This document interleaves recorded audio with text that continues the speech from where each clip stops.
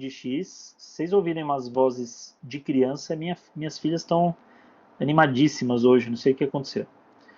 F de x igual a x ao quadrado mais 4x mais 4. Certo? Essa é a nossa função de segundo grau. Tá? Bom, então, o que a gente vai fazer? Primeira coisa que a gente vai fazer é calcular as raízes. Então, a gente vai igualar essa função a zero é igual a zero. Aí a gente vai fazer o cálculo das raízes. As raízes a gente usa o delta e faz b ao quadrado, 4 ao quadrado, menos 4 vezes a vezes c. Certo? A câmera fica muito doida aí com esse zoom, mas uma hora ela fica boa. Bom, então aqui vai dar delta igual a 16 menos 16. Vocês devem ter observado que deu essa coisa curiosa aí, 16 menos 16. Portanto, delta é igual a zero. 4 ao quadrado dá 16. 4 vezes 1 vezes 4 também dá 16. Né? Então a gente ficou com delta igual a zero. Quando isso acontece, em vez de a gente ter x1 e x2, a gente vai ter um x só. O que é esse um x só? É uma única raiz. Tá? Então a nossa função de segundo grau ela tem raiz única. Então, menos 4 seria mais ou menos raiz de delta pela fórmula, né? Só que a gente não vai colocar esse pedaço da fórmula. Só coloca dividido por 2 vezes o a, que é 1. Menos 4 dividido por 2 vezes 1. Então o nosso x ele vai ser igual a menos 4 sobre 2. X é igual a menos 2. É a única raiz. Então o nosso ponto da raiz é R é igual a menos 2 para o x e 0 para o y. E a gente vai fazer o nosso gráfico baseado nesse ponto. Esse é o ponto da raiz. Existe um outro ponto importante aí? Pode usar soma e produto sim, Wagner, que é as relações de Girard, são chamadas, né? A relação de soma e produto pode ser, sem problemas. Bom, então o que vai acontecer aqui? A gente tem essa única raiz, né? Vamos ver o plano cartesiano e o gráfico como é que ficam. Deixa eu ver se eu consigo uma reguinha aqui. E aí vocês vão ter, quem gosta de ter noção aí do tamanho que são os materiais que a gente tem utilizado, né? Essa lousa que eu estou usando ela é menor do que parece. Tem gente que pensa que a lousa é muito maior, né? Mas ela é bem menor do que ela parece. Ó a criança chorando, ó que beleza. Bom, vamos lá. Essa é uma régua de 20 centímetros, de 15 centímetros, só para vocês terem uma ideia. Como a lousa é pequenininha. Essa lousa é pouco maior que uma folha de sulfite. Bom, então o que a gente vai fazer aqui? Eu vou fazer o meu plano cartesiano pensando nesse x valendo menos 2. Tá? O meu plano cartesiano vai ser pensando nesse x valendo menos 2. Então, ó, eu vou fazer aqui, vou usar a parte de trás. Vixe, essa caneta aqui tá ruim.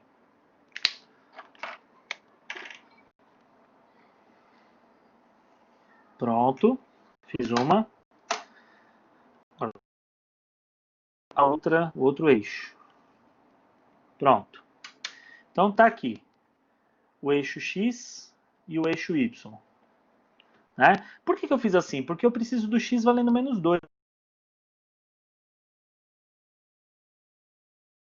Esse ponto é o ponto da raiz. Esse pontinho aqui, ó, que eu fiz de preto. É o ponto da raiz. Aí, o que eu vou fazer? A minha parábola ela vai ter concavidade para cima. É nada, essa lousa, Liliana, é minha mesmo. Elas ficam querendo pegar emprestado aqui. Vocês devem ter até visto a mas é uma lousa que eu comprei para fazer aulas à distância assim mesmo. Mas eu tenho que ficar disputando com elas. Tela cheia. Olha, Ramon, dá uma olhada no canto superior direito do seu Blackboard aí. Canto superior direito. Tem lá um retângulo com 3 quadradinhos pequenos. Você está vendo lá? Clica lá que ela vai ficar maior. Você conseguiu ver isso aí, Ramon? Dá um ok aí se você conseguiu ver a tela maior. Aumentou? Ficou no tamanho maior? Ou já estava do jeito maior já? Ah, não. Full não. Full não dá. Infelizmente não dá, o Blackboard ele é meio limitado nisso. Pelo menos até onde eu sei não dá, né? Bom, aí aqui o que vai acontecer? A gente vai colocar 4 na altura, 4 no y, que é esse pontinho aqui. A nossa parábola, pelo fato do a ser positivo, né, que é o do x ao quadrado, ela tem concavidade para cima. Então uma coisa eu já sei, é que ela vai fazer isso aqui, ó, a parábola. E se ela vai fazer isso para esse lado, ela vai fazer de modo simétrico para o outro lado, uma coisa muito parecida. Eu vou fazer um tracejadinho aqui, ó, mão livre mesmo. Dá uma olhada, ó. Só uma referenciazinha assim, ó. Porque se andando 2 unidades, pensa assim comigo, ó. Uma, 2 unidades para a direita, ele sobe 5 unidades. E se a parábola é uma curva simétrica, 2 unidades para a esquerda, 2, tá vendo? Ó, vai fazer subir as mesmas 4. Então eu vou ter um ponto aqui, vai existir esse ponto. Esse ponto vai fazer parte, ó, deixa eu fazer os pontos na cor verde aqui. Ó, um ponto aqui, outro aqui, e o outro vai estar por aqui, assim, ó. Vocês vão perceber que existe simetria no desenho, né? Aí a gente vai lá e constrói aqui a nossa... Opa, vamos cair. Tem que fazer de novo. Constrói a nossa parábola, com cavidade para cima, tá? Então tá aí a nossa parábola, nossa função de segundo grau. Esse era um dos exercícios, né? Lembrando, gente, que nossa aula está sendo gravada, tá? Tudo que eu estou falando com vocês, compartilhando de tela, até a hora da chamada a gente grava também. Então não tem chororô do tipo, ah, não, eu respondi, você não marcou, tá lá gravado, né? Você pode até verificar. Então, tá tudo aí. Bom, gente, esse era o primeiro, né? A Tainara colocou o outro ali que era menos x ao quadrado mais 16. Vocês perceberam que aqui, no lugar de ter duas raízes, eu tinha uma só. Quando eu tenho uma raiz só, o que eu tive que fazer? O que eu fui obrigado a fazer? Usar esse ponto de referência. Como é que eu sabia desse ponto? Ele é o coeficiente C. O coeficiente C, que é o mais 4 aqui, ó, ele indica esse ponto aqui, ó. Tá vendo, ó? Esses dois carinhas correspondem, tá? Sempre. Bom, então tendo esses dois, eu já consegui fazer um simétrico do lado de cá, e aí pronto, fiz uma parábola mais caprichada. Agora a gente vai fazer outro exercício. Deixa eu apagar aqui. Dá um print aí, quem não deu o print ainda, quem não conseguiu copiar. Printa a tela. E aí eu já vou apagar.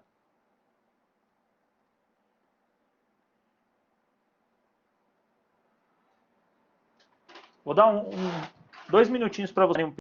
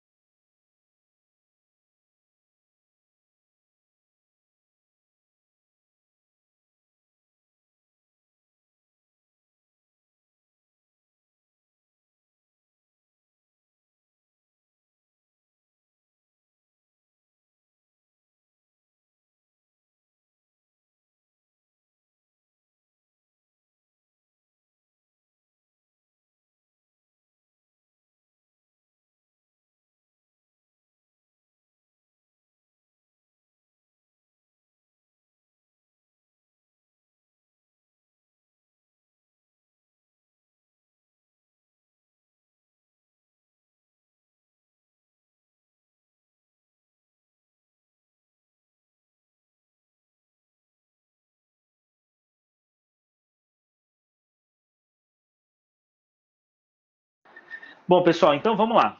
Vamos fazer o outro item. Eu até esqueci de perguntar, alguém ficou com dúvida nesse, não entendeu como é que faz? Porque depois a gente vai avançar para as aplicações aí e o negócio vai ficar forte. Bom, o segundo item é menos x ao quadrado mais 16. Então, ó, f de x é igual a menos x ao quadrado mais 16. Pessoal, para calcular as raízes desse caso, é um pouco mais simples. A gente vai igualar a zero. O zero tanto faz você colocar à direita ou à esquerda, né? No outro eu acho que eu coloquei até à direita. Mas nesse caso, olha que interessante, não há necessidade de utilizar a fórmula de Bhaskara. A gente pode evitar a fórmula de Bhaskara e direto passar o x ao quadrado para o lado de cá, fica x ao quadrado igual a 16. Passou para lá, o que era negativo ficou positivo. Aí a gente vai passar em forma de raiz. Então x igual a raiz quadrada de 16. Gente, é importante lembrar que raiz quadrada, eu acho que eu dei, até uma primeira aula que eu dei para vocês, eu expliquei o significado desse símbolo aqui, né, da raiz. Eu não sei se vocês se lembram disso, eu cheguei a falar para vocês numa aula o que significa esse símbolo. Se eu falei, vocês se lembram? O que quer dizer isso? Olha lá, a Catherine falou que lembra. O símbolo da raiz é uma letra R. R é um R desse aqui pequenininho, da palavra radix, né? Radix que significa lado. E, gente, quando você calcula uma raiz, você está pensando... Deixa eu apagar aqui. Você está pensando em que número multiplicado por ele mesmo vai dar aquele número em questão. Por exemplo, qual número vezes ele mesmo dá 16? Qual que é o número, gente? Responde aí para mim. Que número vezes ele mesmo dá 16? Só? Tem mais um número, não tem só esse. Tem outro número, que vezes ele mesmo dá 16. É isso aí. Olha lá, já começou a aparecer o menos 4. É isso mesmo. Então o nosso x, ele vai ser igual ao que a gente chama de mais ou menos 4. Né? Então eu tenho, na verdade, duas raízes. Eu tenho uma raiz 1 e uma raiz 2.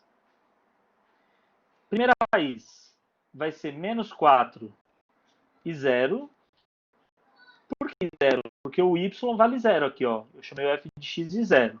E o outro x vai ser 4 e o y continua sendo também, que são as raízes. Beleza. Raiz. Aí o que a gente vai fazer? Vamos determinar essas raízes lá no nosso gráfico. Vamos fazer o plano cartesiano. Essa parábola, gente, como ela vai ter concavidade para baixo, vocês vão ver que eu vou fazer meu plano cartesiano lá em cima. Então, dá uma olhada. Eu vou fazer o plano cartesiano aqui assim, ó, o eixo x dele. E aí eu vou fazer o eixo y bem centralizado, mas jogando para baixo aqui. Vai ficar uma cruz assim, né? Então ficou aqui y, sempre é uma cruz, né? Mas essa é uma cruz cristã. Bom, uma, duas, três, quatro. Então aqui eu tenho menos 4 e aqui eu tenho mais 4. Certo? O ponto onde cruza, eu vou ter que até fazer uma escala diferente. Eu vou ter que fazer assim, ó.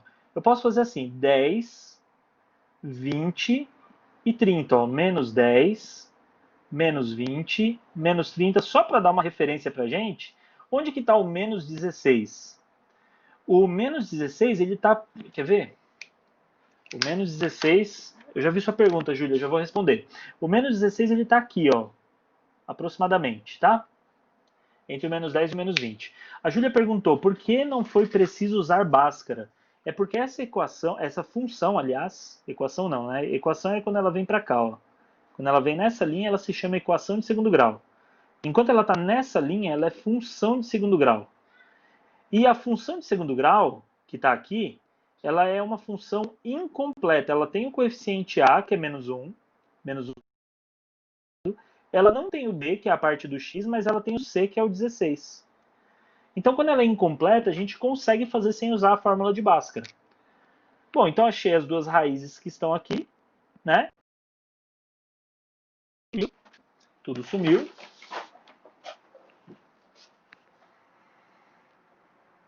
Vocês estão vendo minha tela? Porque eu mesmo não estou.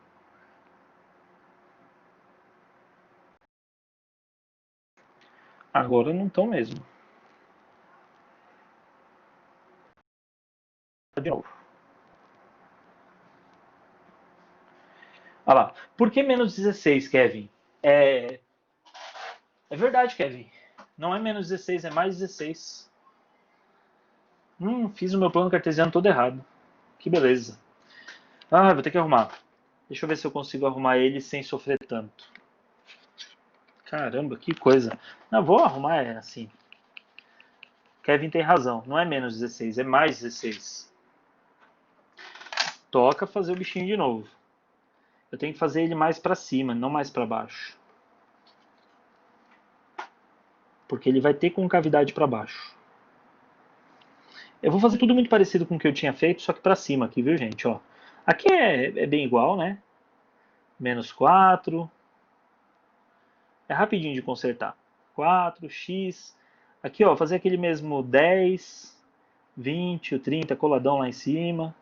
Então aqui, ó, é o 20, aqui é o 10 e beleza. Pronto, as nossas raízes, elas estão aqui, ó, o 4 e o menos 4. E o nosso ponto de intersecção é aqui, é no mais 16. Por quê? Bem observado, não sei se foi isso aí que o Kevin viu, mas o coeficiente C é mais 16. Então, na hora que eu for fazer a minha parábola, ela vai acontecer aqui assim, ó. Tá? Vai descer aqui e aqui também. Até apagou um pedacinho aqui do menos 4, vou colocar menos 4 mais para cá, tá? Então tá aqui a nossa parábola. Ela não ficou lá muito simétrica como eu gostaria que ela ficasse, mas acho que agora ficou mais torta para esse lado aqui também. Bom, beleza. Então tá aí a nossa parábola. Esse ponto eu só vou dar um destaque aqui para dizer para vocês, ó, que esse ponto aqui é o mais 16, tá? Só para saber que é mais 16. Tudo bem? Então, quando a nossa função é incompleta, a gente pode fazer desse modo. Tem uma outra característica importante, só que ela eu vou deixar para o momento certo, que é calcular o vértice. No caso, essa parábola, esse ponto aqui é o próprio vértice da parábola. O que é o vértice da parábola? É quando ela muda de sentido. Por exemplo, essa parábola, se observar, olha com a minha régua. Eu vou tentar tangenciar com a régua. Ó. A régua está crescente nesse ponto aqui. Ó.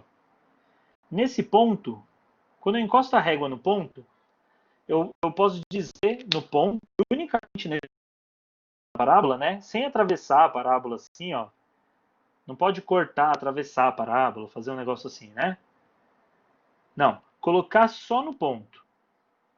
Isso daqui vai indicar que a nossa parábola é crescente e que ela é crescente desse jeito que a régua está apresentando.